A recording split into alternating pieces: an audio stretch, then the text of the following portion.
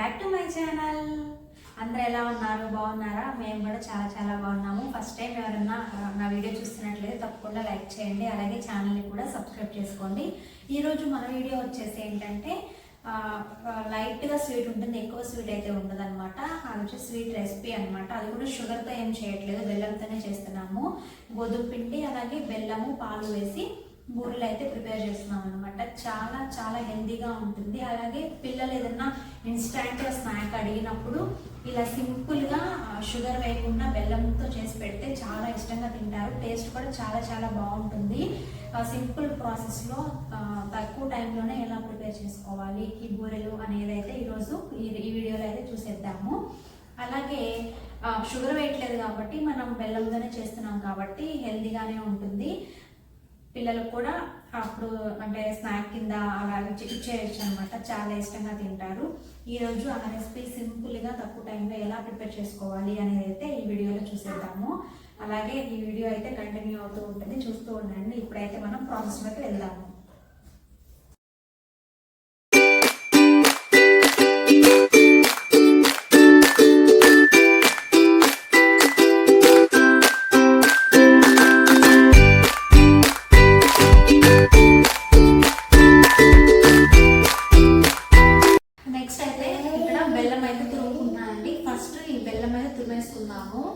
ఇదైతే మొత్తం ఏం పట్టదు, ఎంతవరకు పడుతుందని నేను నెక్స్ట్ చూపిస్తాను మీకు. ఫస్ట్ అయితే దీన్ని నేను తురిమేసుకుంటాను.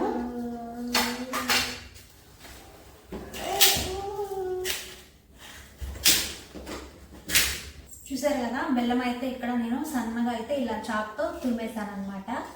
కొంచెం అయితే పక్కన పెట్టేసాను, ఇది సరిపోతుంది గోధుమ పిండిలోకి, అందుకని చెప్పి ఇంతవరకు అయితే నేను తురిమేసుకున్నాను. ఇప్పుడైతే నెక్స్ట్ ఏం చేయాలంటే ప్రాసెస్లోకి వెళ్దాము. ఇదిగోండి, మనకి కావాల్సిన ఇంగ్రీడియంట్స్ అయితే ఇవే అనమాట. ఇక్కడ వచ్చేసి గోధుమ పిండి తీసుకున్నాను, అలాగే మిల్క్, నెక్స్ట్ బెల్లం తురిమాం కదా బెల్లము, అలాగే ఇలాచీలు తీసుకున్నాము. మీ దగ్గర ఇలాచీ పౌడర్ ఉంటే ఇలాచీ పౌడర్ కూడా తీసుకోవచ్చు. నేనైతే డైరెక్ట్ ఇలాచీలు తీసుకున్నాను. ఇప్పుడు ఈ మూడింటిని ఎలా మిక్స్ చేసుకోవాలి అనేది అయితే చూసేద్దాము. కావాల్సిన ఇంగ్రీడియంట్స్ అన్నీ కూడా ఇలా రెడీగా పెట్టేసుకున్నానండి. దీనికి కావాల్సినవి జస్ట్ 3 ఇంగ్రీడియంట్స్ అనమాట. గోధుమ పిండి, అలాగే మిల్క్, బెల్లము, కొన్ని ఇలాచీలు అంటే 2 ఇలాచీల వరకు తీసుకోవాలి. ఇప్పుడైతే దీనిని ఎలా మిక్స్ చేసుకోవాలో మిక్స్ చేసేద్దాము. నేనైతే ఇక్కడ గోధుమ పిండి తీసుకున్నాను, 1 కప్పు గోధుమ పిండి వేస్తున్నాను బౌల్లోకి. మిక్స్ చేసుకుందాము.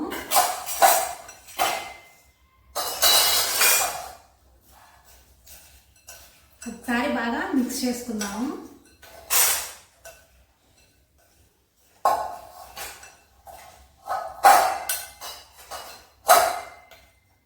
తర్వాత దీంట్లోకి మిల్క్ యాడ్ చేసుకోవాలి. కొంచెంగా మిల్క్ యాడ్ చేసుకొని కన్సిస్టెన్సీ అనేది చూసుకొని మిక్స్ చేసుకోవాలన్నమాట. నేను ఇక్కడ కొంచెం మిల్క్ యాడ్ చేస్తాను. ఫస్ట్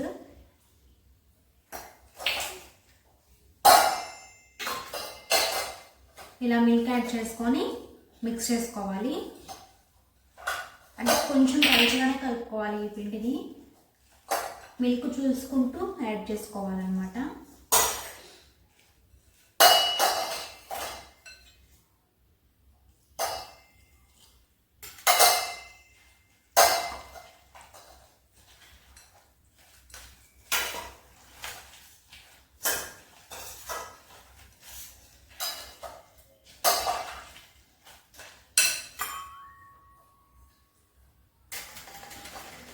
నాకైతే 1 కప్పు మిల్క్ అయితే కరెక్ట్గా సరిపోయింది.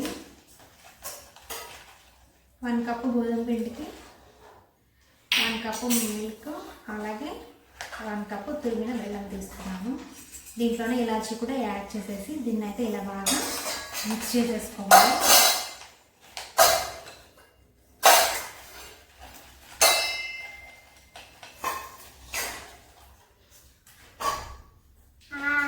చూసారు కదా, దీన్ని అయితే నేను ఇలా మిక్స్ చేసేస్తాను. ఇప్పుడు దీనిని ఒక 15 నిమిషాల పాటు అయితే మూత పెట్టేసి పక్కన పెట్టేద్దాము. అలా పెడితే బెల్లం చక్కగా కరిగిపోయి మనకి రెడీ అయిపోతుంది అనమాట బ్యాటర్ అనేది. ఇప్పుడు దీన్ని ఒక 15 నిమిషాల పాటు మూత పెట్టేసుకొని పక్కన పెట్టేసుకుందాము. నెక్స్ట్ మళ్ళీ ప్రాసెస్ ఏంటో అనేది చూసేద్దాము. చూసారు కదండి, పిండిని అయితే 15 నిమిషాలు అయితే నేను నానబెట్టేసాను అనమాట. చక్కగా నానిపోయింది కదా. ఇప్పుడు వీటితో మనం బూరెలు ఎలా వేసుకోవాలో చూసేద్దాము. వీటిని పాల బూరెలు అంటారనమాట. ఇప్పుడైతే మనం స్టవ్ మీద ఆయిల్ పెట్టుకొని వేడి చేద్దాము. ఆయిల్ వేడైన తర్వాత ఈ పిండిని ఒక్కొక్కటిగా తీసి ఆయిల్లో అయితే వేసుకొని ఫ్రై చేసుకుందాము. చాలా టేస్టీగా ఉంటాయండి ఇవి, తప్పకుండా ట్రై చేయండి. ఇప్పుడైతే నేను దీంట్లోకి ఈ స్పూన్ తీసేస్తున్నాను.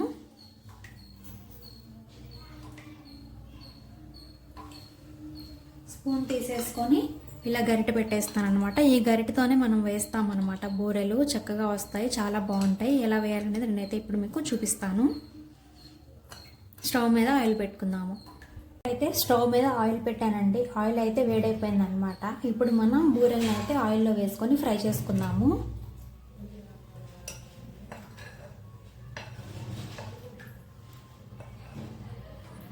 ఇలా కొంచెం పిండి తీసుకొని ఇలా ఆయిల్లో వేసుకోవాలి.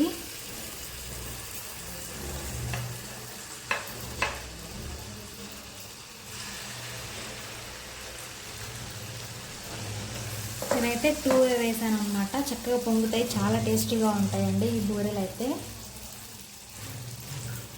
వెంటనే గరిటె పెట్టి తిప్పకూడదు, కొంచెం పొంగిన తర్వాత అప్పుడు తిప్పుదాము. చూసారు కదా ఎంత బాగా పొంగినాయో బూరెలు అయితే. ఇప్పుడు గరిటె పెట్టి ఒకసారి ఇటు సైడ్ కూడా తిప్పుకుందాము.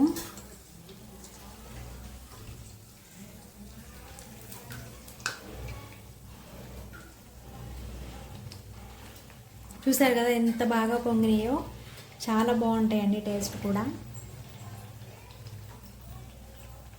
ఇప్పుడు వీటిని 2 సైడ్స్ కూడా మంచి కలర్ వచ్చేంత వరకు ఫ్రై చేసుకుందాము. చూసారు కదా మంచి కలర్ అయితే వచ్చినాయి అన్నమాట. ఇప్పుడు వీటిని మనం ఒక బౌల్లోకి అయితే తీసేసుకుందాము.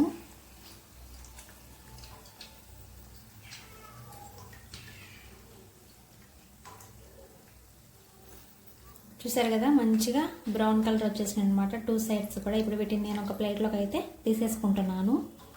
నెక్స్ట్ మళ్ళీ సేమ్ అలాగే వేస్తున్నాను అనమాట. ఆయిల్లో పిండి తీసుకొని ఇలా గరిటెతో అయితే వేస్తున్నాను.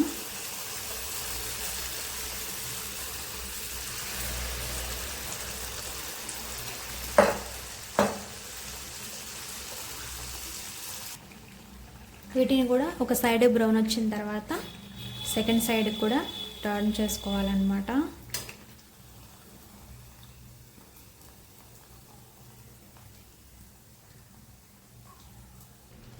చూసారు కదండి ఇవి కూడా మంచిగా ఫ్రై అయిపోయినాయి అన్నమాట. మంచి కలర్ వచ్చినాయి కదా. ఇప్పుడు వీటిని కూడా ఒక ప్లేట్లోకి తీసేసుకుందాము.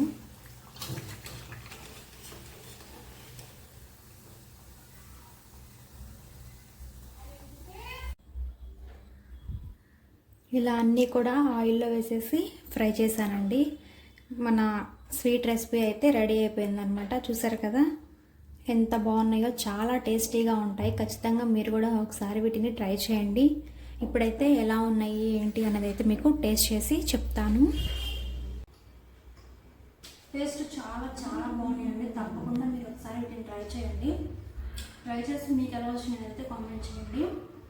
స్వీట్ కూడా కరెక్ట్గా సరిపోయింది. నేను చెప్పిన క్వాంటిటీస్ మీరు ట్రై చేస్తే మీకు కరెక్ట్గా వస్తాయి అన్నమాట. కరెక్ట్గా మీ స్వీట్ కూడా ఎక్కువగా లేదు తక్కువగా లేదు, కరెక్ట్గా ఉందన్నమాట. ఓకే అండి, ఈ వీడియో కనుక మీకు నచ్చినట్లయితే ఖచ్చితంగా లైక్ చేయండి, అలాగే సబ్స్క్రైబ్ చేసుకోండి. Thanks for watching.